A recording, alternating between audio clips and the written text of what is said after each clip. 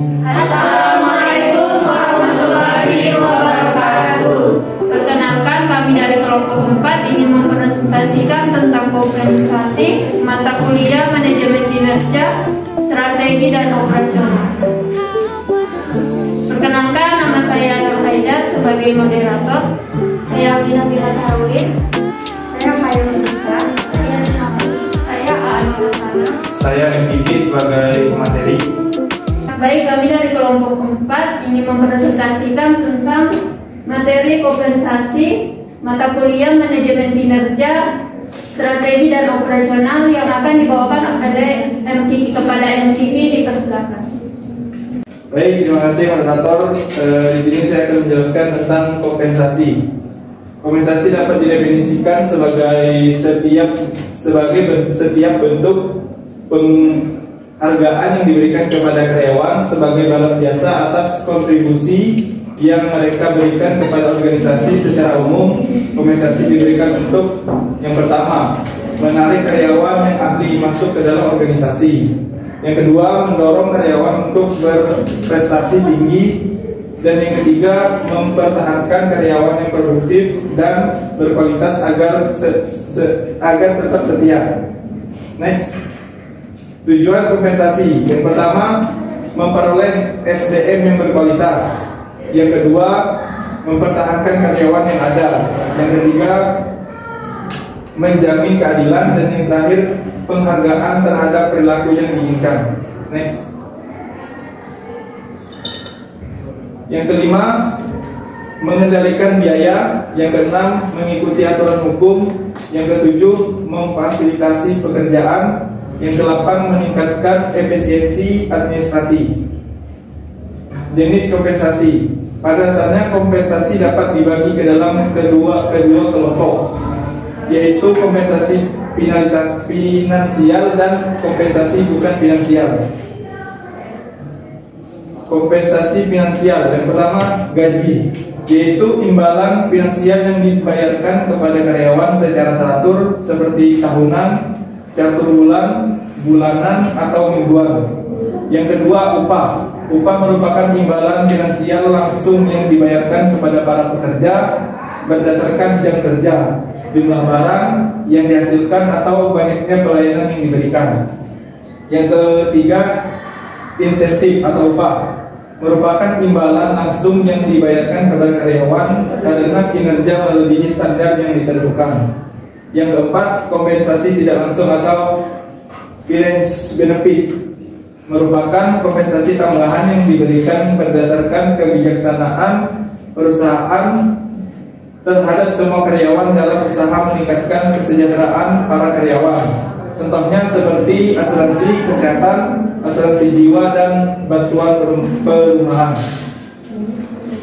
Kompensasi non finansial. Kompensasi non finansial adalah imbalan yang sifatnya bisa memberikan kenyamanan, rasa senang, dan kepuasan melalui hal-hal non material. Contohnya kompensasi non finansial seperti yaitu lokasi dan jam kerja yang fleksibel, penghargaan atau apresiasi, kenaikan jabatan, dan kebijakan cuti. Aspek kompensasi. Kompensasi dapat dibagi menjadi dua aspek, yaitu kompensasi langsung dan tidak langsung. Kompensasi langsung adalah kompensasi yang diberikan langsung berhubungan dengan hasil kerja karyawan yang bersangkutan seperti gaji, upah, dan insentif. Sedangkan kompensasi tidak langsung merupakan kompensasi tambahan yang diberikan berdasarkan kebijakan perusahaan terhadap semua karyawan dalam usaha meningkatkan kesejahteraan para karyawan. Next.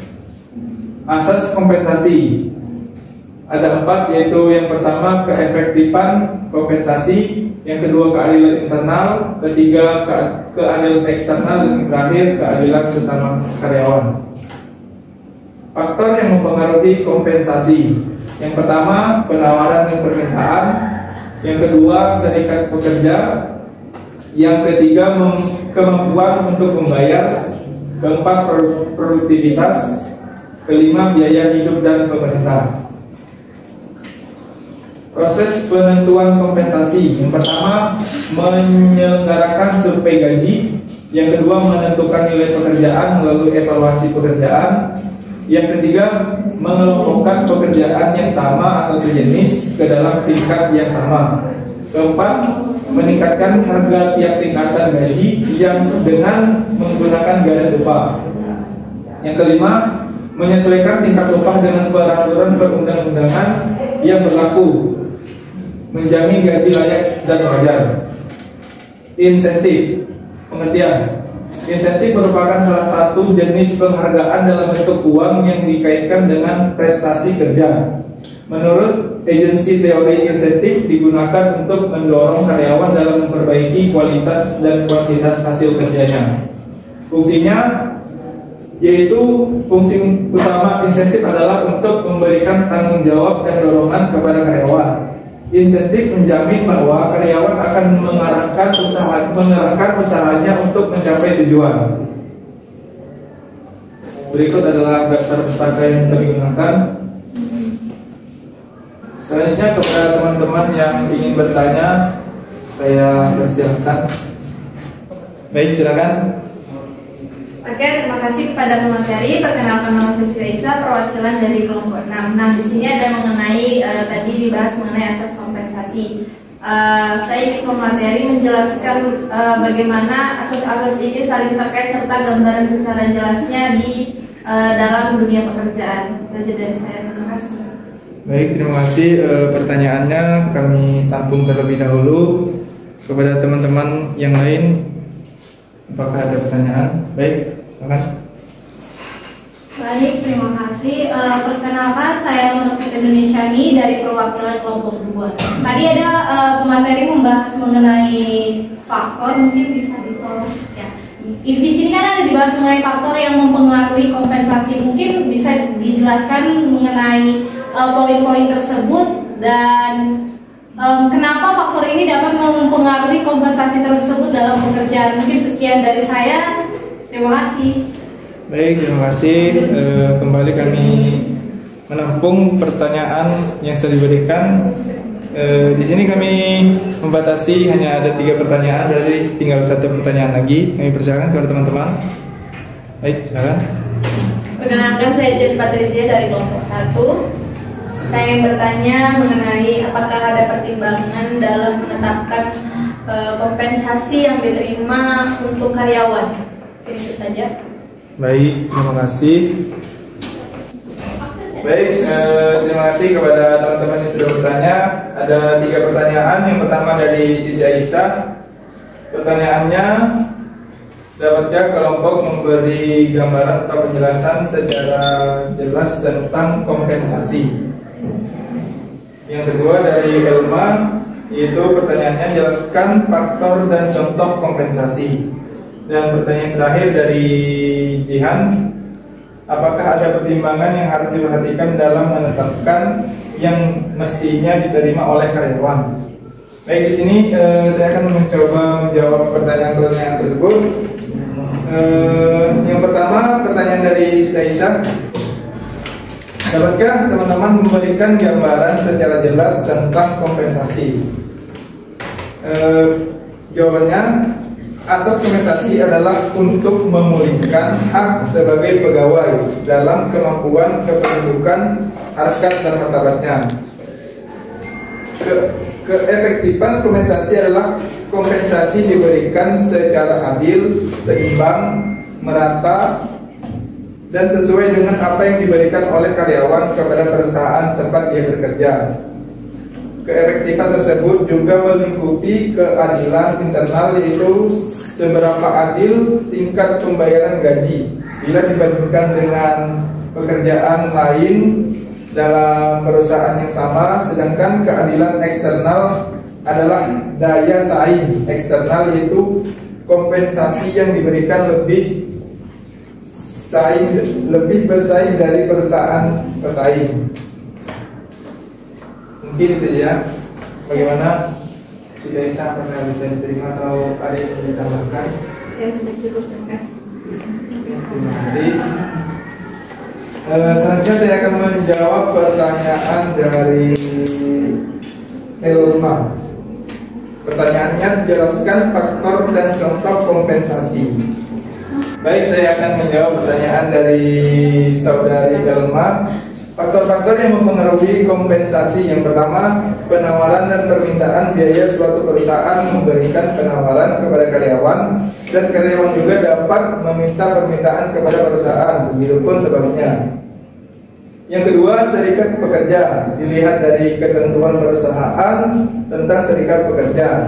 Yang ketiga, produktivitas. Seperti pengertian kompensasi, yaitu semakin banyak produktivitas dan hasil dan yang dihasilkan, maka akan adanya pemberian kompensasi.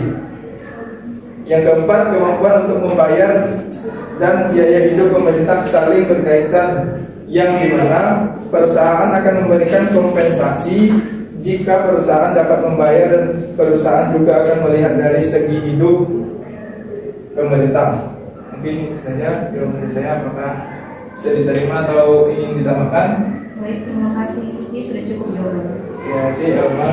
Baik, saya akan melanjutkan pertanyaan yang terakhir. Pertanyaan dari saudari Jihan. Pertanyaannya, apakah ada pertimbangan yang harus diperhatikan dalam menetapkan yang mestinya diterima oleh karyawan? Jawabannya, yang pertama kita melihat dari kapasitas perusahaan. Kapasitas perusahaan diartikan sebagai kemampuan perusahaan secara finansial untuk memberikan gaji atau kompensasi. Yang selanjutnya, produktivitas karyawan. Produktivitas karyawan juga menjadi faktor besar dalam penentuan kompensasi yang diterima.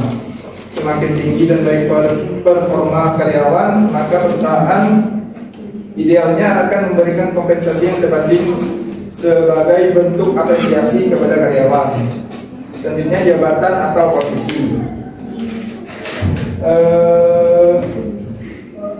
Keduanya berada pada tingkat yang berbeda. Tanggung jawab yang dimiliki keduanya juga berbeda bobotnya, sehingga upah dari kepala bagian tentu akan lebih besar daripada karyawan biasa. Selanjutnya, pengalaman kerja dan pendidikan. Ketika Anda memiliki karyawan dengan tingkat pendidikan S2 dan berada pada bidang keahliannya, tentu Anda akan memberikan kompensasi yang tinggi.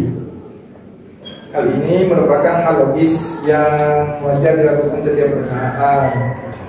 Selanjutnya adalah jenis pekerjaan. Jenis pekerjaan yang tidak bisa dilepas dari risiko kerjanya. Secara ideal, pekerjaan dengan risiko besar, maka apresiasi atau gaji yang diberikan kepada karyawan tersebut maka sebanding. Selanjutnya ada biaya hidup. Beban biaya hidup pada suatu daerah akan menentukan besar gaji yang diterima. Mungkin itu saja jawaban dari saya. Bagaimana Jihan, apakah bisa diterima atau ingin ditambahkan? Terima kasih, saya sudah paham mengenai pertimbangannya. Terima kasih. Baik, terima kasih. Selanjutnya saya serahkan kepada moderator. Baik, itu saja presentasi dari kelompok 4. Apabila ada kesalahan mohon dimaafkan. Wassalamualaikum warahmatullahi wabarakatuh.